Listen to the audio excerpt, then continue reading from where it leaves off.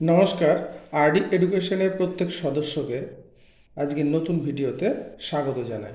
আজকের ভিডিওর মূল বিষয়বস্তু হলো অন্নপূর্ণা যোজনার যে ফর্ম বেরিয়েছে, অর্থাৎ পারিবারিক তথ্য সংগ্রহের ফর্ম, সেই ফর্ম সম্বন্ধে বিস্তারিতভাবে জানা এবং এই ফর্মটি কিভাবে ফিল আপ করবেন এবং এই ফর্মের সঙ্গে কি কি তথ্য বা ডকুমেন্টস দেবেন সেই সম্বন্ধে বিস্তারিত আলোচনা করা। দেখুন, এই ফর্মে মোট 3টে কলাম রয়েছে। একটি হচ্ছে বিভাগ ক্ষেত্র, আরেকটি হচ্ছে বিকল্প বা ইনপুট, আরেকটি হচ্ছে নির্দেশনামা। বিভাগ ক্ষেত্রে মোট 8টি বিভাগ রয়েছে। এই 8টি বিভাগের তথ্য অনুযায়ী এবং নির্দেশনামা কলামের নির্দেশ অনুযায়ী বিকল্প বা ইনপুট কলামে আপনার এবং আপনার পরিবারের তথ্যগুলি ইনপুট করবেন বা লিখবেন। এবার আসুন আমরা এই 8টি বিভাগ কিভাবে ফিল আপ করব সে বিষয়ে বিস্তারিতভাবে একটু দেখে নিই। প্রথমে আমরা ক বিভাগে চলে যাই। ক বিভাগে মোট কলামের সংখ্যা রয়েছে 12টি। প্রথম কলামে রয়েছে পরিবারের প্রধানের নাম, আধার কার্ডে যেরকম আছে সেভাবে লিখবেন। এরপর জন্ম তারিখ, দিন, মাস এবং বছর এভাবে ক্রমান্বয়ে লিখবেন। 3 নম্বর কলমে লিখবেন পরিবারের প্রধান পুরুষ না মহিলা। 4 নম্বর কলামে পরিবারের প্রধানের আধার কার্ডের নাম্বার দিতে হবে। 5 নম্বর কলামে ডিজিটাল রেশন কার্ডের পারিবারিক আইডি যদি থেকে থাকে সেটি এখানে বসাতে হবে। 6 নম্বর কলামে পরিবারের মোট সদস্য সংখ্যা বসাতে হবে, শুধু সংখ্যায়।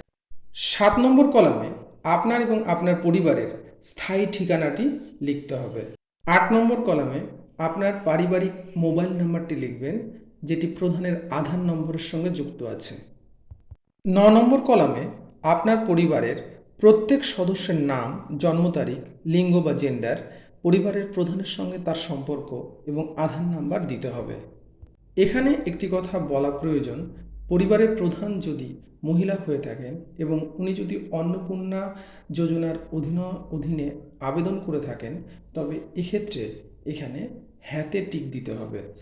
এরপর সদস্য 1, 2, 3, 4, 5 এখানে সদস্যদের বয়স অনুসারে তাদের তথ্য দেবেন।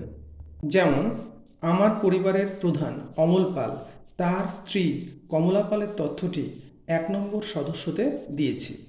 ইনি অন্নপূর্ণা যোজনাতে আবেদন করছেন, এই জন্য হ্যাঁতে টিক দিয়েছি। দ্বিতীয় সদস্য হিসাবে অমল পালের পুত্র রামপালকে দেখিয়েছি। দেখুন, তৃতীয় সদস্য হিসাবে রামপালের স্ত্রী অর্থাৎ অমল পালের বৌমাকে এখানে দেখানো হয়েছে। ইনিও অন্নপূর্ণা যোজনার অধীনে আবেদন করছেন দেখে হ্যাঁতে টিক দিয়েছি। চতুর্থ সদস্য হিসাবে অমল পালের কন্যা মামনি পালকে দেখিয়েছি। পঞ্চম সদস্য হিসেবে অমল পালের নাতি অর্থাৎ রামপালের পুত্র রুদ্রকে দেখিয়েছি। ছোট বাচ্চাটি যদি 5 বছরের কম হয় এবং তার আধার কার্ডের নাম্বার না থাকে, তবে সেক্ষেত্রে আধার কার্ডের নাম্বারের জায়গায় না লিখে দেবেন। এই বিভাগের 10 নম্বর কলামে দেখুন পরিবারের প্রধান সহ সকল সদস্যের ব্যাংক অ্যাকাউন্টের ডিটেলস দিতে হবে, যেমন ব্যাংকের নাম, অ্যাকাউন্ট নম্বর এবং আইএফসি কোড। ক বিভাগের এই 11 নম্বর কলামে দেখুন পরিবারের প্রত্যেকটি প্রাপ্তবয়স্ক ভোটারের এপিক নাম্বার অর্থাৎ ভোটার কার্ডের নাম্বার, বিধানসভা ক্ষেত্রের নাম্বার এবং অংশ নাম্বারটি বসাতে হবে। 12 নম্বর কলামে আপনার পরিবার কোন কাস্ট ক্যাটাগরিতে পড়ে সেটি উল্লেখ করবেন। এখানে আপনি যদি জেনারেল ক্যাটাগরিতে হন তবে অসংরক্ষিত কলামে টিক দেবেন। যদি আর্থিক দিক দিয়ে পিছিয়ে পড়া শ্রেণী হন তবে 2 নম্বর কলামে টিক দেবেন। যদি এসসি হন 3য় নম্বরে, এসটি হন 4র্থ নম্বরে এবং ওবিসি হন 5ম নম্বরে টিক দেবেন। আর যদি বিশেষভাবে ঝুঁকিপূর্ণ জনজাতি গোষ্ঠী হন তবে 6 নম্বর কলামে টিক দেবেন।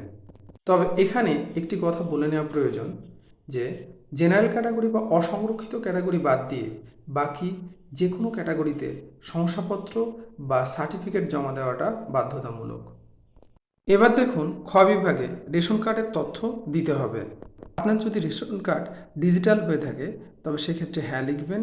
রেশন কার্ডটি কোন ক্যাটাগরি বা ধরনের মধ্যে পড়ে সেটি লিখতে হবে। সেটি রেশন কার্ডের গায়ে দেখবেন উল্লেখ করা আছে, সেটি দেখে সেটি এখানে টিক দেবেন। আপনি প্রতি মাসে রেশন তোলেন কিনা সে বিষয়টি এখানে হ্যাঁ অথবা নাতে টিক দিতে হবে। এবার চলে আসুন গ বিভাগে। গ বিভাগের প্রথমে রয়েছে আপনার বাড়ির ধরন, অর্থাৎ আপনার বাড়িতে 3 বা তার বেশি পাকা ঘর রয়েছে কিনা, হ্যাঁ থাকলে হ্যাঁ, না থাকলে না। 2 নম্বর কলমে আপনার পরিবারে জমি আছে কিনা, হ্যাঁ হলে হ্যাঁ, না হলে না। 3 নম্বরে আপনার পরিবারের মোট জমির পরিমাণ শতকের হিসাবে লিখবেন, এটি পর্চাতে পেয়ে যাবেন। 4 নম্বর কলামে আপনাদের অবাণিজ্যিক বা সাদা নাম্বার প্লেটের 4 চাকার কোনো গাড়ি থাকলে সেটি এখানে উল্লেখ করতে হবে। যদি হ্যাঁ হয় তবে এক্ষেত্রে গাড়ির সংখ্যা কত এবং রেজিস্ট্রেশন ও মডেল নাম্বারটি উল্লেখ করতে হবে। 5 নম্বর কলামে পরিবারের সদস্যদের মধ্যে কারো যদি স্বাস্থ্য বীমা বা হেলথ ইন্স্যুরেন্স করা থাকে তার উল্লেখ করতে হবে। এক্ষেত্রে স্বাস্থ্যসাথী কার্ড থাকলে সেক্ষেত্রে সরকারিতে টিক হবে, বিমার অঙ্ক এবং প্রিমিয়ামের বিবরণ দিতে হবে। বেসরকারি কোনো স্বাস্থ্য বীমা করা থাকলে সেক্ষেত্রে বেসরকারিতে টিক হবে, বিমার অঙ্ক এবং প্রিমিয়ামের বিবরণ দিতে হবে। এখানে যে সদস্যের নামে স্বাস্থ্য বীমা করা আছে সেই সদস্যের সংখ্যা অনুযায়ী এখানে উল্লেখ করতে হবে। এবার দেখুন ঘয়ের 1-এর দাগ নাম্বারটা। এখানে পরিবারের কোনো সদস্য যদি আয়কর বা পেশাগত কর প্রদান করেন তবে সেক্ষেত্রে হ্যাঁতে টিক দেবেন। এবার 2 নম্বর দাগ নাম্বারে দেখুন পরিবারের যে সদস্যের প্যান কার্ড আছে তার পরিবারের সদস্যের নাম এবং তার পাশাপাশি তার প্যান কার্ড নাম্বার এখানে দিতে হবে। ঘয়ের দাগের 3 নম্বরেরটা দেখুন কর্মসংস্থানের ধরন। এখানে কর্মসংস্থানের 8টা ধরনের উল্লেখ রয়েছে। প্রথমে রয়েছে সরকারি ক্ষেত্রে, বেসরকারি ক্ষেত্রে বেতনভুক্ত কর্মচারী। 3 নম্বরে রয়েছে সংগঠিত ক্ষেত্রে স্বনিযুক্ত উদ্যোক্তা, ব্যবসায়ী, মালিক ইত্যাদি। এরপর রয়েছে আংশিক সময়ের কর্মচারী অর্থাৎ পার্ট টাইম জব। এরপর রয়েছে অসংগঠিত ক্ষেত্রে স্বনিযুক্ত কারিগর, শিল্পী, কৃষক ইত্যাদি। তার পাশাপাশি রয়েছে পরিযায়ী শ্রমিক, বেকার এবং অন্যান্য কাজে যারা নিযুক্ত রয়েছে। এই কলামে যে যেমন কাজে নিযুক্ত আছেন সদস্য সংখ্যা অনুযায়ী সেই রকম ঘরে টিক দেবেন। এরপর দেখুন 4-এর দাগে আপনার পরিবারে শিক্ষিত প্রাপ্তবয়স্ক সদস্য সংখ্যা কত এবং অশিক্ষিত প্রাপ্তবয়স্ক সদস্য সংখ্যা কত সেই সংখ্যাটা এখানে উল্লেখ করতে হবে। এখানে শিক্ষিত সদস্যদের ক্ষেত্রে তার সর্বোচ্চ শিক্ষাগত যোগ্যতাটি উল্লেখ করতে হবে। এরপর 5-এর দাগে দেখুন কোনো সদস্য যদি সাংবিধানিক কোনো পদ অর্থাৎ মন্ত্রী, সাংসদ, বিধায়ক, পৌর স্থানীয় সংস্থা বা পঞ্চায়েত সংস্থার প্রাক্তন বা বর্তমান ধারক হন তার উল্লেখ এখানে করতে হবে। যদি এক্ষেত্রে প্রযোজ্য হয় তবে তার সদস্য নাম্বার এবং তার সঙ্গে তার প্রয়োজনীয় নথি থাকলে সেটি জমা দিন এবং স্বঘোষণা বা সেলফ ডিক্লারেশন জমা দিতে হবে। এরপর 6-এর দাগে দেখুন আপনার বাড়ির কোনো সদস্য যদি পেনশনভোগী হন তবে তার পেনশনভোগী হিসেবে তার বিস্তারিত তথ্য এখানে দিতে হবে এবং নথি জমা করতে হবে। 7-এর দাগে দেখুন আপনার বাড়ির কোনো সদস্য যদি জিএসটির অধীনে নিবন্ধ থাকেন তবে সেক্ষেত্রে হ্যাঁ লিখতে হবে এবং সেই সংক্রান্ত কাগজ জমা দিতে হবে। 8-এর দাগে দেখুন আপনার পরিবারের মোট বার্ষিক আয় এটি অঙ্কের ভাষায় লিখতে হবে। উঙ বিভাগে আপনার অন্যান্য পরিচয়ের নথির কিছু তথ্য দিতে হবে। উঙর 1-এর দাগে দেখুন আপনার পরিবারের কেউ যদি সিএতে আবেদন করে থাকেন তাহলে সেক্ষেত্রে তার বিস্তারিত তথ্য এখানে দিতে হবে।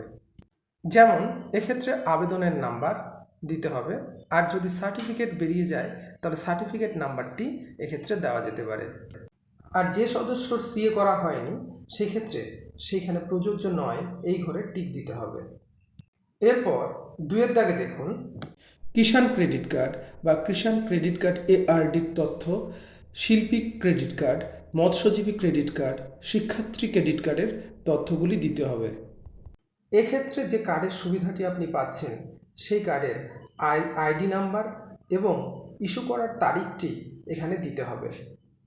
এর পাশাপাশি এই বিভাগেই আপনার পরিবারের কারো নাম যদি এসআইআরে বাদ গিয়ে থাকে এবং সেটি ট্রাইব্যুনালে বিচারাধীন আছে কিনা সে বিষয়ে তথ্য এইখানে দিতে হবে। এক্ষেত্রে যে সদস্যর ক্ষেত্রে যেটি প্রযোজ্য সেটিতে টিক দিতে হবে। এরপর চ বিভাগে দেখুন আপনার পরিবারের সামাজিক মর্যাদা ও নির্ভরশীল কিছু ব্যক্তি, অর্থাৎ এখানে আপনার পরিবারের শিশু সন্তানদের বিষয়ে কিছু তথ্য দিতে হবে।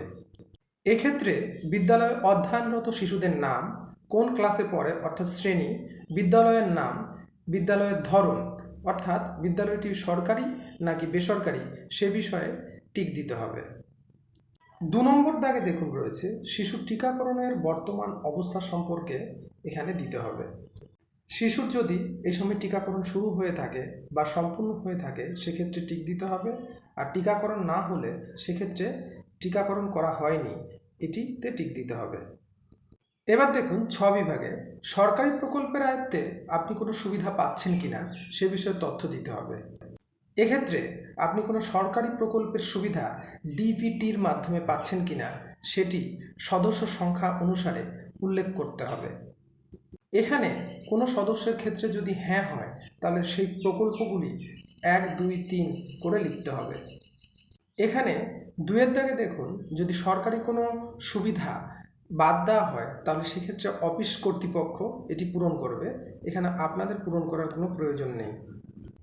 এই ফর্মের সর্বশেষ বর্গের চ বিভাগে রয়েছে আপনার ঘোষণা বা ডিক্লারেশন এবং আপনার স্বাক্ষর। একেবারে শেষের এই অংশটিতে আপনারা পূরণ করবেন না, এটি সরকারি আধিকারিকগণ পূরণ করবেন। ভিডিওটি যদি ভালো লেগে থাকে ভিডিওটিতে লাইক, শেয়ার এবং কমেন্ট করবেন। এই যোজনা সম্বন্ধীয় আরও তথ্য পেতে এবং সরকারি অন্যান্য গুরুত্বপূর্ণ নোটিফিকেশন পেতে এই চ্যানেলটিকে সাবস্ক্রাইব করে দেবেন। নমস্কার।